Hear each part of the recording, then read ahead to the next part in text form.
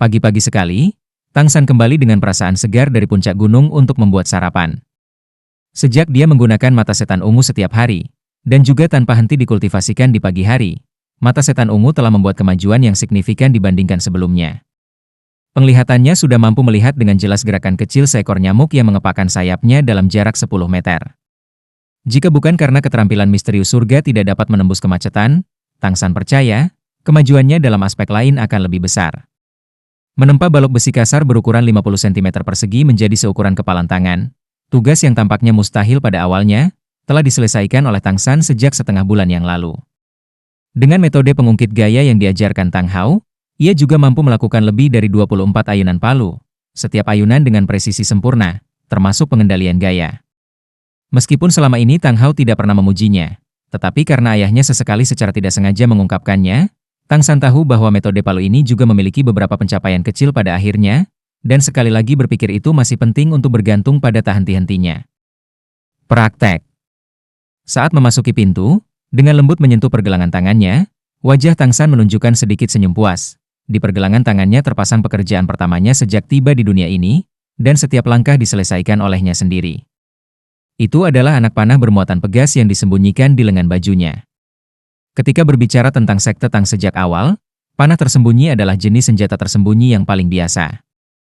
Kunci untuk membuat panah tersembunyi bergantung pada kekuatan mekanisme serta tingkat kecerdikan desain.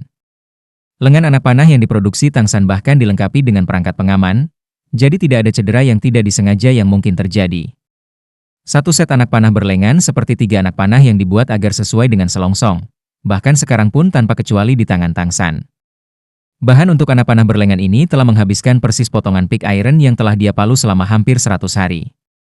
Sama seperti Tang San mengirimkan tugas yang telah selesai ke Tang Hao, ketika dia memegang sepotong besi kasar seukuran kepalan tangan itu, dia terkejut menemukan bahwa potongan besi kasar yang awalnya mengandung banyak kotoran telah berubah menjadi potongan besi ibu. Ibu besi asli. Dalam kehidupan sebelumnya, apalagi dia, bahkan jika itu adalah Grandmaster tempat terbaik sekte Tang, dia tidak dapat mencapai metode ini untuk menempa besi kasar menjadi ibu besi. Tapi di dunia ini itulah kenyataan. Ini sendiri adalah masalah yang sangat tak terbayangkan. Anak panah lengan di pergelangan tangan Tang San ini terbuat dari bongkahan besi ibu itu. Untuk sepenuhnya membuat anak panah lengan, termasuk 3 panah kecil 10 cm di dalamnya, dia menggunakan semua ibu besi yang dimilikinya. Berbicara tentang penempaan, Tang San tidak baik, jauh lebih rendah dari Tang Hao. Tetapi ketika berbicara tentang membuat senjata tersembunyi yang pintar, apalagi Tang Hao, mungkin semua benua Douluo tidak memiliki siapapun yang dapat dibandingkan dengan jenius sekte luar Tangnya. Lengan anak panah biasa memiliki jangkauan 15 meter atau lebih, tetapi panah lengan yang dibuat oleh Tang San dapat mempertahankan jangkauan serangan efektif lebih dari 30 meter. Yang disebut jarak serangan efektif, tepatnya jarak emisi panah lengan dalam garis lurus, juga jarak di mana senjata sepenuhnya dapat membunuh atau melukai.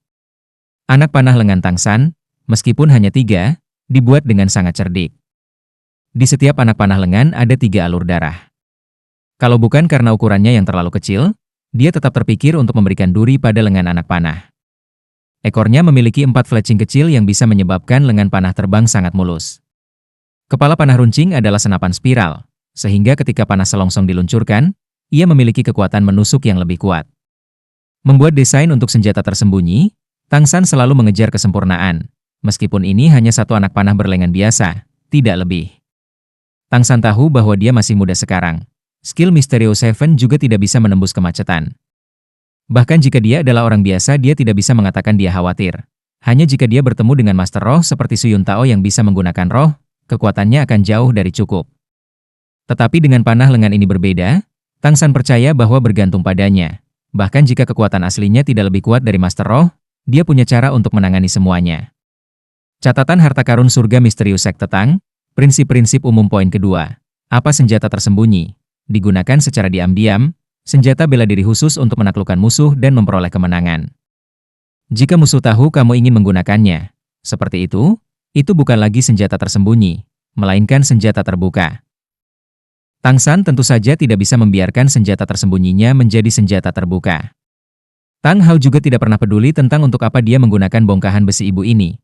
Oleh karena itu panah berlengan ini adalah rahasia yang menjadi miliknya sendiri. Memasuki rumah, aroma bubur yang menggugah selera tercium, sama seperti yang dibuatnya setiap hari, dan sudah lama terbiasa. Ayah, ayo makan. Tang San memanggil ke ruang dalam. Tidak seperti biasanya, Tang Hao yang muncul setiap hari ketika dia mendengar tentang makanan tidak terlihat hari ini. Hati Tang San langsung menegang. Apakah ayahnya sakit? Dia buru-buru mengambil 3 langkah dan berlari 2 langkah menuju kamar ayahnya. Tang Hao tidak ada di ruangan itu. Selama bertahun-tahun, ini adalah pertama kalinya dia tidak masih tidur.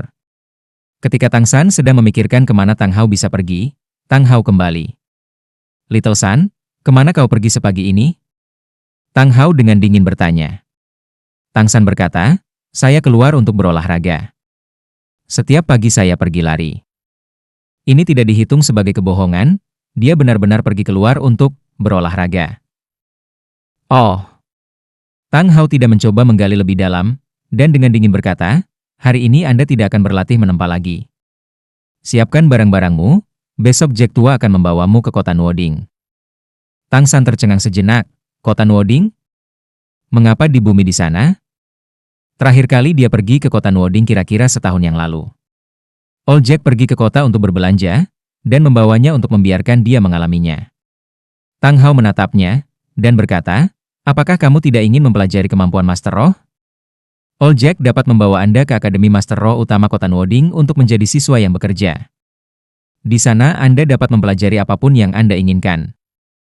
Mendengar kata-kata ayahnya, detak jantung Tang San tiba-tiba bertambah cepat, dan dia merasa sulit untuk berbicara karena keterkejutan dan kegembiraan yang dia rasakan.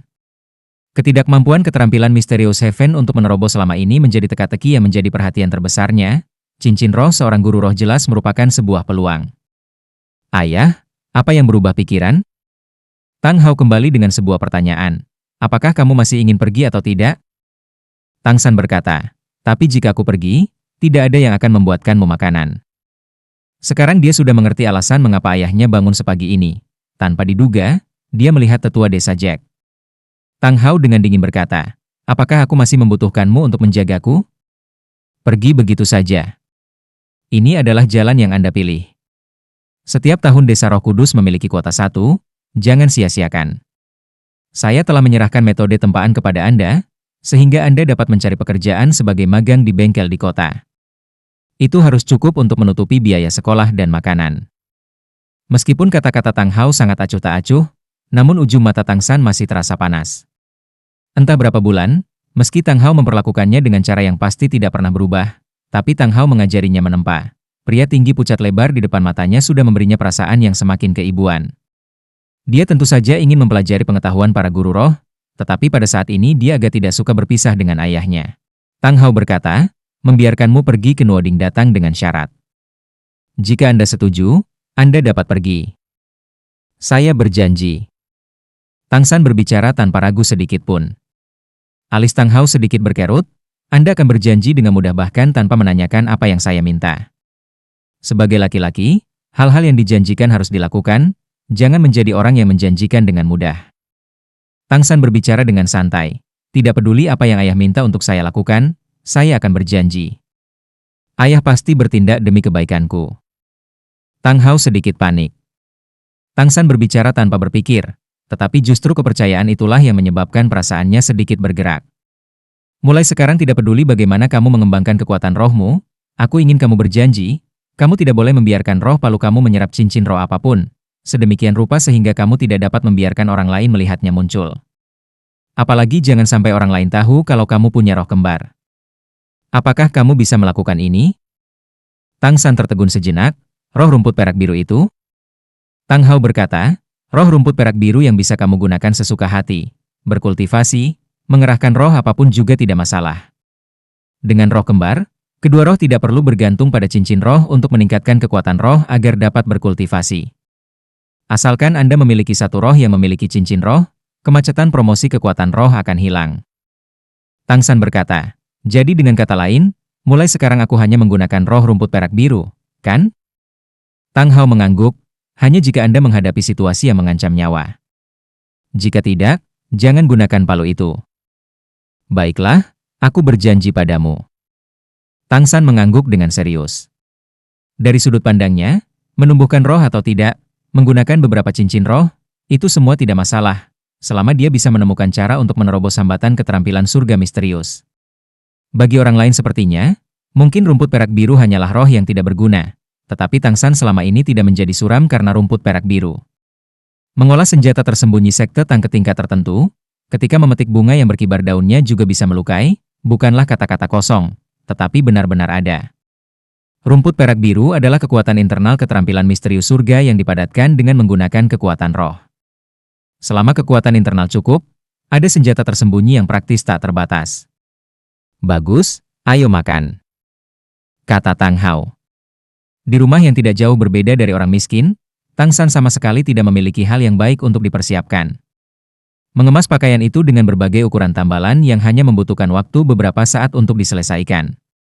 Namun, hari ini dia tidak mendengarkan Tang Hao untuk hanya menertibkan. Suara tempaan masih bergema di kamarnya.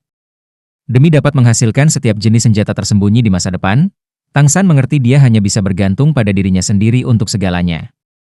Meskipun ayahnya telah mewariskan teknik penempaan, sangatlah penting untuk berlatih lebih banyak. Ketika keterampilan unik senjata tersembunyi tidak dikembangkan ke puncaknya, kualitas senjata tersembunyi hanya memiliki efek konklusifnya sendiri. Khususnya untuk jenis senjata super tersembunyi seperti Buddha Fury Tang Lotus, kesalahan dalam presisi lebih dari sedikit tidak dapat muncul. Perjalanan satu hari ini sepertinya tidak ada habisnya.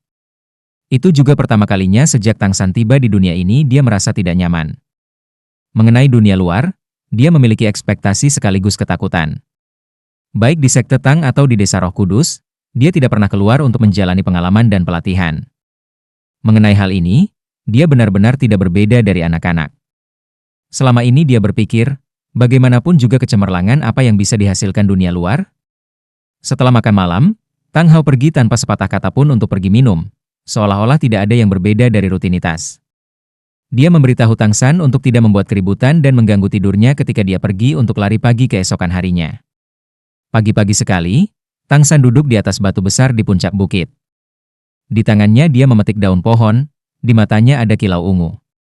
Tidak tahu apakah itu karena tubuhnya baru-baru ini lebih kuat dan kuat dibandingkan sebelumnya. Tapi mata setan ungu berkembang sangat cepat. Daun di tangannya, bahkan jika itu garis terkecil, dia bisa mengamatinya dengan jelas. Dia tahu mata setan ungu miliknya sudah mulai memasuki dunia dengan detail yang paling halus.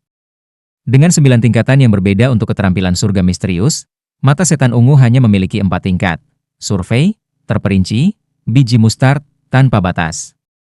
Persyaratan bagi murid sekte dalam Tang adalah untuk memasukkan detil, yang cukup untuk menggunakan senjata tersembunyi. Karena kultivasi awal Tang San, dibantu dengan tidak sepenuhnya menyebarkan ki bawaan setelah lahir, pada usia 6 tahun dia sudah memiliki jejak persepsi yang detail. Tapi dia juga tahu, murid sekte dalam Tang praktis mata setan ungu semua orang bisa mencapai ranah rinci, tapi termasuk master sekte Tangda, tidak ada yang bisa memasuki ranah berikutnya mata setan ungu. Setelah mencapai terperinci, kultivasi mata setan ungu menjadi sangat lambat, dan tidak boleh ada gangguan dalam asimilasi harian ki ungu timur. Ketekunan seperti itu tidak dapat dijelaskan dengan beberapa kata. Oleh karena itu, seperti murid sekte Tang setelah memasuki dunia rinci, ada juga sangat sedikit yang akan terus berkultivasi. Dalam legenda, sekte Tang memiliki seorang tetua yang mata iblis ungu mencapai batas biji mustard, tetapi juga tidak memiliki hasil tertentu. Hanya dibandingkan dengan dunia detail yang dia lihat masih sedikit lebih jelas, itu saja. Dan tetua itu sudah membudidayakan mata setan ungu selama lebih dari 30 tahun. Keterampilan misterius surga mengalir, tiba-tiba mengalir ke daun pohon, daun lembut segera menjadi lurus sempurna. Telunjuk dan jari tengah Tang San tersentak sedikit, dan daun pohon itu berputar keluar, membelah udara saat mereka terbang. Hanya 1 meter, dedaunan hanya terbang sejauh 1 meter, lalu sudah tidak dapat mempertahankan keadaan rotasinya ketika mereka berhenti menjadi keras. Saat itu meninggalkan jari Tang San, efek kekuatan dalam skill Mysterious Heaven menghilang secara alami. Efeknya masih terlalu lemah. Dia tidak bisa membantu tetapi menggelengkan kepalanya. Tang San berdiri, sudah waktunya untuk kembali. Hari ini adalah keberangkatannya dari desa. Dia tidak tahu kapan dia bisa datang ke puncak bukit ini lagi. Berdiri di ujung jari kaki bagian bawahnya memancarkan kekuatan, Tang San memberikan kendali bebas ke Ghost Shadow Perplexing Track, menghadap ke bawah gunung dan ke kiri. Aroma bubur yang akrab tercium. Sebelum meninggalkan desa, ini adalah terakhir kalinya dia memasak untuk ayahnya. Jadi Tang San tentu saja tidak bisa bermalas-malasan. Memeriksa kayu bakar di bawah kompor, menambahkan air ke bubur, sehingga ketika ayahnya bangun nanti dia bisa minum bubur panas. Old Jack sudah tiba. Mungkin karena dia ingin pergi ke kota Nwoding, hari ini pakaian yang dikenakan Jack tua sangat baru, membuatnya tampak lebih sehat dan hangat. Little Son, ayo pergi. Ayahmu yang menganggur itu tidak bisa bangun dari tempat tidur. Old Jack menelepon ke Tang San. Tang San membuat gerakan diam ke arah Jack. Kakek, harap diam. Ayah tidak suka tidurnya paling terganggu. Sambil berbicara, dia mengeluarkan sebongkah arang yang terbakar dari kompor dan menulis beberapa baris di tanah. Dia kembali menoleh ke arah kamar ayahnya, enggan berpisah, dan baru kemudian dia bangkit dengan bungkusan kain di punggungnya dan diam-diam pergi bersama Jack. Mengenai bahasa tertulis dunia ini, Tang San tidak banyak mengerti. Ketika sekolah desa mengajarkan karakter anak-anak, dia sesekali pergi untuk melihat. Lagi pula dia memiliki fondasi dari kehidupan sebelumnya, jadi dia juga memahami sedikit dari teks-teks dasarnya. Tirai pintu terbuka, dan bayangan besar keluar dari kamar. Di mata Tang Hao tidak ada jejak tidur. Ketika dia berjalan ke ambang pintu, samar-samar dia masih bisa melihat tubuh lemah Jack dan Tang San yang sudah tua. Tang Hao berdiri di sana dan tidak bergerak. Bahkan ketika punggung Tang San dan tetua desa Jack sudah benar-benar menghilang, dia masih berdiri kosong untuk waktu yang lama. Seolah mengingat sesuatu, Tang Hao tiba-tiba kembali ke bengkel, melihat bagian tanah yang disisihkan Tang San untuk tulisannya. Beberapa kata yang sangat sederhana. Ayah, aku dan kakek Jack pergi. Anda sendiri harus menjaga tubuh Anda dengan baik, kurangi minum. Bubur di dalam panci, jangan lupa makan. Menatap mengubah arah dari tulisan di tanah ke panci masak besi ke samping, Tang Hao dengan cepat berjalan mendekat dan membuka tutup panci dengan satu pegangan. Dengan kedua tangan dia langsung mengangkat periuk besi. Berkat Tang San yang baru saja menambahkan air, bubur dalam panci masih belum mendidih lagi, tetapi Tang Hao memegang panci besi itu dan menuangkannya ke dalam mulutnya, menelan ludah. Di matanya ada lapisan kabut berkabut, dia tidak menyadari betapa cepatnya waktu telah berlalu. Berjalan di sepanjang jalan, Tang San diam-diam diikuti oleh sisi Jack tua, sering menoleh ke belakang untuk melihat ke arah desa. Little Son, apakah kamu benci berpisah dengan desa atau masih benci berpisah dengan lelaki tua pemabuk itu? Jack menepuk kepala Tang San, dan bertanya sambil tersenyum. Sedikit dari keduanya. Tang San menjawab dengan suara rendah. Jack tersenyum sedikit, dan berkata, dibandingkan dengan cucu laki-laki yang tidak berguna itu, kau, anakku jauh lebih pintar. Akan sangat baik jika Anda adalah cucu saya. Tang Hao si pemabuk itu benar-benar beruntung. Jangan terlalu banyak berpikir. Di luar, langit dan bumi sangat luas. Di akademi Anda bisa mengenal banyak teman. Anda dapat mempelajari banyak hal. Setelah Anda menjadi guru roh, negara akan memberikan gaji bulanan, dan pada saat itu keluarga Anda juga akan dapat hidup dengan baik. Bagaimanapun, Tang San adalah orang yang telah mendapatkan kehidupan kedua. Mendengarkan kata-kata Jack, suasana hatinya sudah berangsur-angsur pulih ke normal, dan di dalam hatinya ada rasa haus yang tak tertahankan akan dunia luar. Dia bertanya, Kakek Jack, bisakah kamu memberitahuku tentang akademi? Tempat macam apa itu sebenarnya? Jack tersenyum sedikit, dan berkata, akademi ini tentu saja tempat untuk belajar. Meskipun saya tidak pernah pergi, tetapi sebagian besar saya masih mengerti. Desa kami memiliki kuota untuk mengirim satu siswa yang bekerja setiap tahun, tetapi kami sudah bertahun-tahun tidak mengirim seorang siswa yang bekerja untuk belajar. Mahasiswa yang bekerja masih memiliki banyak persyaratan yang menguntungkan, pembebasan dari uang sekolah dan biaya akomodasi. Hanya membayar makanan sendiri sudah cukup. Di kampus Anda dapat melakukan pekerjaan sederhana dengan imbalan makanan. Misalnya menyapu ruang kelas dan sebagainya. Berbicara secara keseluruhan, bagi seorang siswa yang bekerja paruh waktu dan belajar di akademi itu tidak jauh berbeda dengan gratis. Mengenai pendanaan untuk belajar di akademi, itu bukanlah sesuatu yang dapat kami tanggung oleh orang-orang miskin. Tang San berkata, ayah memberitahuku, setelah aku akhirnya tiba di akademi untuk mencari pandai besi untuk bekerja. Kamu melakukan pekerjaan manual di bengkel? Lelucon apa itu? Saya melihat Tang Hao benar-benar gila. Old Jack berkata dengan marah, berapa umurmu? Anda masih belum memiliki ketinggian palu tempa. Pandai besi apa yang bisa menerima Anda? Pekerja magang seperti ini? Belum lagi, pandai besi awalnya tidak bisa dibilang diterima sebagai pekerjaan yang bernilai, pekerjaan manual juga tidak menghasilkan banyak pendapatan. Selama kamu belajar dengan baik di akademi, itu sudah cukup. Hanya, Kalau dipikir-pikir, jika kamu bisa memiliki beberapa prestasi untuk dibicarakan di akademi, ayahmu yang pemabuk itu harus memberimu sebagian dari sedikit uang simpanannya. Namun setelah itu Akademi Magister Roh Menengah tidak memiliki kuota mahasiswa yang bekerja sehingga memang membutuhkan biaya yang tidak sedikit untuk bisa kuliah. Gaji seorang guru roh saja masih jauh dari cukup. Karena Tang San memiliki kekuatan roh penuh bawaan, Jack tua sudah melihatnya sebagai guru roh tanpa keraguan. Tang San memandang Jack, tidak yakin, dan berkata, "Masih ada Akademi Master Roh Menengah? Dan apa perbedaannya dibandingkan dengan Akademi Master Roh Dasar?" Keduanya adalah akademi. Mereka berdua seharusnya mengajarkan pengetahuan Master Roh, kan? Old Jack menjelaskan dengan sangat sabar. Tentu tidak hanya ada satu jenis.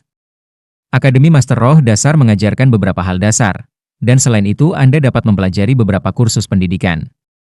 Mereka hanya menerima anak-anak yang baru saja bangkit semangatnya sebagai murid dan lama sekolahnya 6 tahun. Jadi pada saat mereka berumur 12 tahun, dalam hal mereka tidak mempunyai prospek untuk dibicarakan, mereka juga menjadi guru roh biasa. Namun jika bakat laten mereka cukup bagus, mayoritas orang dapat memilih untuk melanjutkan studi lanjutan di Akademi Master Roh Menengah, terus belajar hingga berusia 18 tahun. Akademi Master Roh Menengah mengajarkan beberapa hal lanjutan, tetapi kesulitan belajar meningkat pesat. Jika mereka tidak dapat mencapai persyaratan akademi, mereka tidak akan berhasil lulus. Ini berbeda dibandingkan dengan Akademi Master Roh Dasar. Tang San berkata, "Seperti dasar dan menengah, apakah ada juga yang mahir?" Old Jack mengangguk, matanya menunjukkan kilatan yang agak mengagumi. "Kamu tidak perlu memikirkan tentang Akademi Master Roh tingkat lanjut karena itu bukanlah sesuatu yang secara praktis bisa dimasuki siapapun. Di surga Do Empire kita, semuanya hanya ada 2 Akademi Master Roh tingkat lanjut, dan setiap tahun jumlah siswa yang diterima berjumlah kurang dari 100. Itu memang tempat lahir karir yang cemerlang. Bahkan Balai Roh Bangsa akan berusaha untuk secara langsung menganugerahkan gelar luhur kepada setiap siswa yang lulus dari Akademi Master Roh tingkat lanjut." "Mulia? Ada kemungkinan yang bagus," kata Tang San, heran. Old Jack berkata, "Tentu saja. Guru roh memang panggilan yang paling mulia, dan bahkan lebih dari itu guru roh tingkat lanjut. Tapi itu semua adalah bakat. Oleh karena itu, bagi kami orang biasa yang bermimpi untuk mengalami kebangkitan meteorik, menjadi Master Roh tingkat lanjut jelas merupakan jalan pintas terbaik. Hanya, datang dari rakyat jelata biasa, berapa banyak orang yang memiliki kemampuan untuk menjadi seorang guru roh yang hebat? Bahkan jika ada, tanpa bantuan dari klan terkemuka, sangat sulit untuk lulus dari Akademi Master Roh tingkat lanjut. Ujian kelulusan itu urusannya sendiri, jadi kenapa butuh bantuan orang lain?" Tang San agak bingung. Old Jack menghela nafas, dan berkata, "Ini persis celahnya. Kesenjangan antara orang miskin dan orang kaya, antara orang biasa dan bangsawan. Persyaratan kelulusan Akademi Master Roh sangat sederhana. Selama roh mencapai peringkat ke-10, para guru di akademi akan membimbing Anda untuk mendapatkan cincin roh, dan Anda dapat berhasil meningkatkan gelar Master Roh Anda. Ini tentu tidak sulit, asalkan Anda memiliki kekuatan roh pada saat bangun, itu adalah sesuatu yang dapat dilakukan anak-anak. Dikatakan, maju dari cendekiawan roh menjadi guru roh dengan kekuatan roh peringkat ke-10 adalah promosi yang paling mudah. Tapi di Akademi Master Roh Menengah itu berbeda. Untuk lulus dari tempat ini, roh tersebut harus telah mencapai peringkat ke-20 dan selanjutnya mendapatkan cincin roh kedua untuk dapat memperoleh gelar Grand Master Roh. Peringkat ke-10 hingga peringkat 20 adalah sesuatu yang tidak dapat dicapai oleh banyak guru roh sepanjang hidup mereka. Juga, setelah mencapai peringkat ke-20, untuk mendapatkan cincin roh, mereka harus bergantung pada kekuatan mereka sendiri untuk berburu dan membunuh makhluk roh dan mendapatkan cincin roh. Itu memang sangat berbahaya. Jika mereka diturunkan dari keluarga bangsawan, dan ditemani oleh prajurit keluarga, bahayanya secara alami jauh lebih kecil. Spirit Master yang diturunkan dari orang biasa seperti kita hanya bisa bergantung pada diri mereka sendiri. Persyaratan kelulusan dari Akademi Master Roh tingkat lanjut bahkan lebih sulit. Hanya setelah melewati hambatan peringkat ke-30, dan mendapatkan cincin roh ketiga, gelar Grand Master Roh dapat dipromosikan menjadi gelar roh sesepuh. Mereka mengatakan bahwa seseorang yang melampaui ambang peringkat ke-30 dapat disebut sebagai guru roh besar yang kuat, seorang bangsawan sejati. Melampaui tentu saja sulit. Juga, di peringkat ke-30 mendapatkan cincin roh sepertinya itu bukan satu-satunya batasan. Untuk spesifiknya, Anda harus bisa belajar ketika Anda mencapai akademi. Bagaimanapun, dari siswa Akademi Master Roh tingkat lanjut itu, Jumlah yang masih benar-benar bisa lulus tampaknya hanya sepertiga. Setelah mendengarkan Jack tua, Tang San memiliki pemahaman dasar tentang guru roh benua Douluo. Kakek Jack, bukankah kamu mengatakan bahwa ada 10 gelar Master Roh? Siswa lulusan Akademi Master Roh tingkat lanjut bisa menjadi penatua roh, bagaimana gelar selanjutnya itu bisa diperoleh? Old Jack berbicara dengan senyum masam. Saya tahu bagaimana. Mereka yang melampaui gelar sesepuh roh semuanya bisa disebut orang-orang hebat. Seperti orang suci roh yang berasal dari desa kami yang pada waktu itu didukung langsung oleh negara. Saya telah mendengar orang-orang berkata bahwa kultivasi Master Roh di kemudian hari sangatlah sulit, dan juga sangat berbahaya.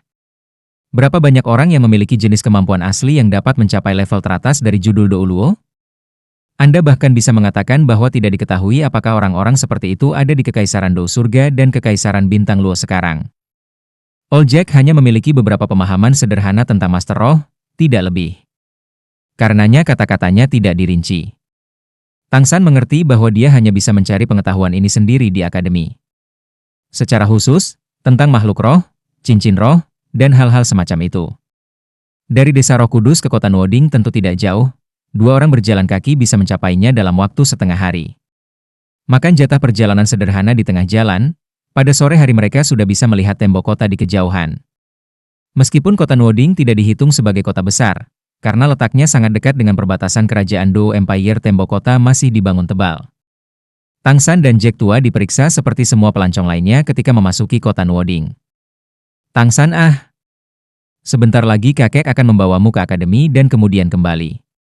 Ketika Anda sendirian di akademi, Anda harus mendengarkan guru Anda tidak boleh meninggalkan akademi tanpa izin. Saat semester berakhir, kakek Jack akan datang lagi untuk menemuimu. Saat itu hampir di tahun baru. Ini adalah pertama kalinya Tang San meninggalkan rumah. Dalam hatinya dia agak bingung, dan tanpa sadar berkata, "Kakek Jack, kamu akan pergi secepat ini?" Old Jack berkata sambil tersenyum masam, "Sebuah hotel bukan untuk kami orang miskin untuk tinggal. Anda harus mencoba untuk memenangkan kredit. Ketika kakek melihatmu lain kali, aku harap kamu sudah menjadi guru roh sehingga kamu bisa menjadi kebanggaan Desa Roh Kudus kami." Akademi Master Roh Utama Nuoding terletak di kota Nuoding Barat. Old Jack menanyakan arah kepada orang yang lewat beberapa kali, dan akhirnya Tang San dibawa ke sana. Di kejauhan, mereka sudah bisa melihat gapura gerbang yang besar. Lengkungan itu lebarnya 20 meter, dan tingginya lebih dari 10 meter, terbuat dari batu yang kokoh. Di bawah ini ada 2 gerbang besi, hitam legam. Tang San melihat mereka telah dipalsukan dengan cermat. Melalui jeruji besi, jalan berliku bisa dilihat. Sebuah jalan utama menuju langsung ke dalam, dengan deretan pepohonan di kedua sisinya. Di tengah gerbang lengkung ada 4 karakter besar, Akademi Nuoding. Hanya dari gerbang itu dapat dilihat bahwa di benua Douluo, panggilan guru roh sangat penting. Ini masih hanya Akademi Master Roh Utama, tidak lebih. Old Jack membawa Tang San berjalan ke gerbang depan, dan mereka segera dihentikan oleh penjaga gerbang muda. Apa-apaan ini? Apakah ini tempat di mana orang desa bisa masuk? Pakaian Old Jack dihitung sebagai pakaian yang cerah dan baru di Desa Roh Kudus, tetapi ketika tiba di kota Nuoding, pakaian itu benar-benar terlihat seperti orang desa. Penjaga gerbang memiliki pandangan yang agak menghina di matanya. Old Jack berkata sambil tersenyum menyesal. "Ini? Adik kecil, kami datang dari Desa Roh Kudus. Anak ini adalah murid yang bekerja di desa kami untuk tahun ini, Anda tahu. Kita harus melalui." Penjaga gerbang itu mengerutkan kening, dan dengan agak aneh berkata, "Jadi sarang rumput masih bisa menghasilkan burung phoenix emas? Sebuah desa kecil juga memiliki orang-orang dengan kekuatan roh? Tetapi akademi tersebut tidak memiliki siswa yang bekerja selama bertahun-tahun. Anda tidak bisa memalsukannya." Jejak kemarahan melintas di mata Jack tua, tapi dia masih menelan penghinaan dan mengulurkan sertifikat yang ditulis oleh petugas Aula Roh Suyun Tao, menyerahkannya kepada penjaga gerbang. Penjaga gerbang mengambil sertifikat yang ditawarkan, dan memeriksanya dari atas ke bawah. Spirit adalah rumput perak biru? Tapi masih kekuatan roh penuh bawaan? Konyol, ini benar-benar lelucon terbesar di dunia. Saya telah bekerja sebagai penjaga gerbang di akademi selama 4 tahun, dan masih belum pernah mendengar tentang siswa dengan kekuatan roh penuh bawaan. Jiwa anak laki-laki ini adalah rumput perak biru, dan masih dapat memiliki kekuatan roh penuh? Saya pikir sertifikat Aula Roh ini jelas-jelas palsu. Kamu? Sekalipun Jack memiliki temperamen yang lebih baik, Pada saat ini dia sudah tidak dapat menahan diri. Anda sengaja membuat hal-hal menjadi sulit. Baiklah, tunggu dan lihat. Aku akan mencari petugas Aula Roh Bangsawan. Little Sun, kita akan pergi. Mengatakan ini, Jack membawa Tangsan berkeliling dan pergi ke arah tembok kota bagian dalam. Sertifikat Aula Roh secara alami tidak dapat dipalsukan, yang diketahui penjaga gerbang itu dengan baik. Namun, masyarakat yang datang untuk mengantarkan mahasiswa baru umumnya akan meninggalkan sedikit apresiasi, terutama keluarga awam. Apa yang disebut Raja Yama yang lebih baik daripada iblis kecil yang tidak masuk akal, hanyalah prinsip ini. Old Jack adalah keturunan dari desa pedesaan dan meskipun dia adalah seorang tetua desa, di mana dia bisa mempelajari cara-cara ini? Penjaga gerbang di hatinya agak gelisah. Jika seseorang dari Aula Roh benar-benar datang, dia bisa memikul tanggung jawab.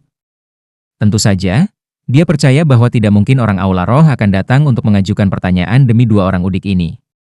Dengan hatinya yang suram, kata-kata dari mulutnya secara alami tidak terdengar bagus. Desa Roh Kudus, menurutku desa pengemis juga harus serupa. Apa katamu? Old Jack berbalik dengan keras. Kata-kata penjaga gerbang bisa dikatakan telah menyentuh kebanggaan terbesar hatinya. Awalnya ini adalah alasan dia berselisih dengan Tang Hao. Bahwa penjaga gerbang ini sekarang adalah orang luar dari desa, membuatnya semakin tak tertahankan. Sambil berjalan mundur beberapa langkah, dia memelototi penjaga gerbang. Penjaga gerbang melompat ketakutan karena Jack tua yang galak, dan mau tidak mau mundur selangkah. Namun dia sangat cepat bereaksi dan datang, dalam hatinya diam-diam mengutuk dirinya sendiri. Bukankah itu orang tua?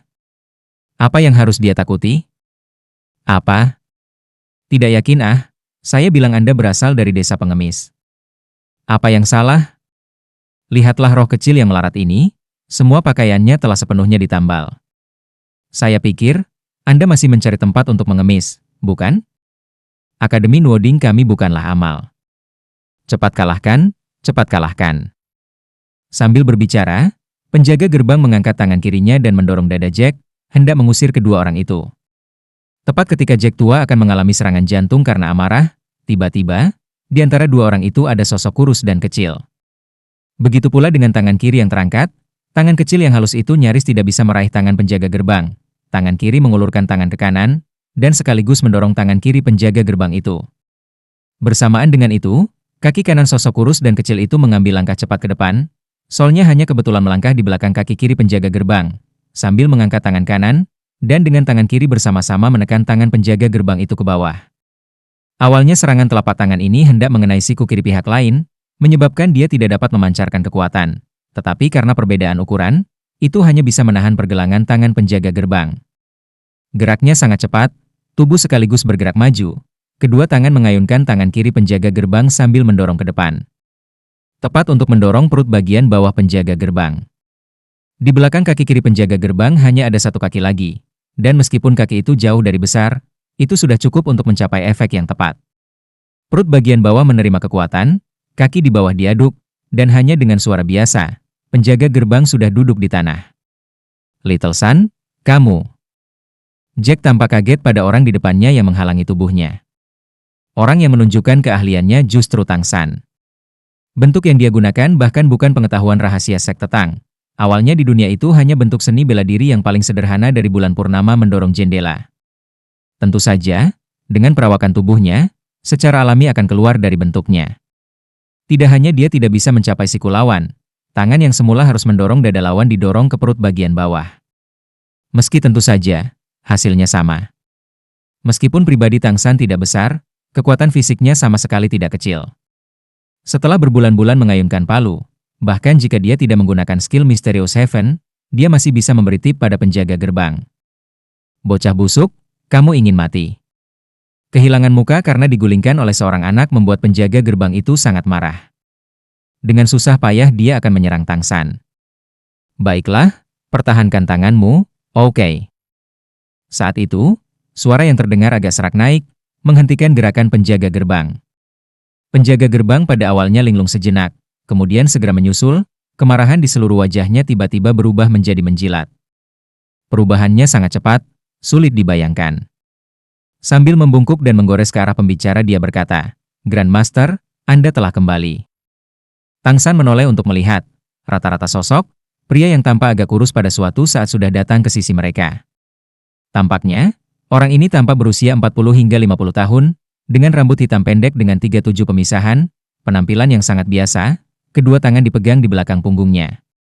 Tubuhnya memiliki sikap yang aneh, dengan kedua mata setengah terbuka dia tampak agak lesu dan putus asa.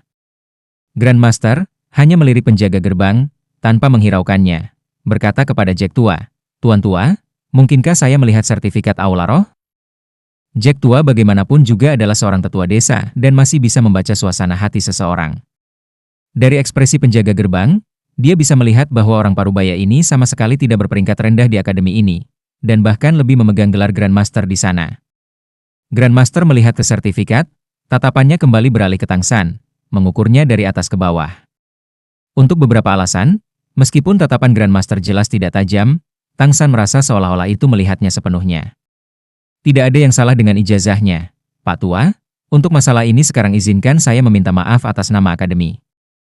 Berikan anak ini padaku, oke.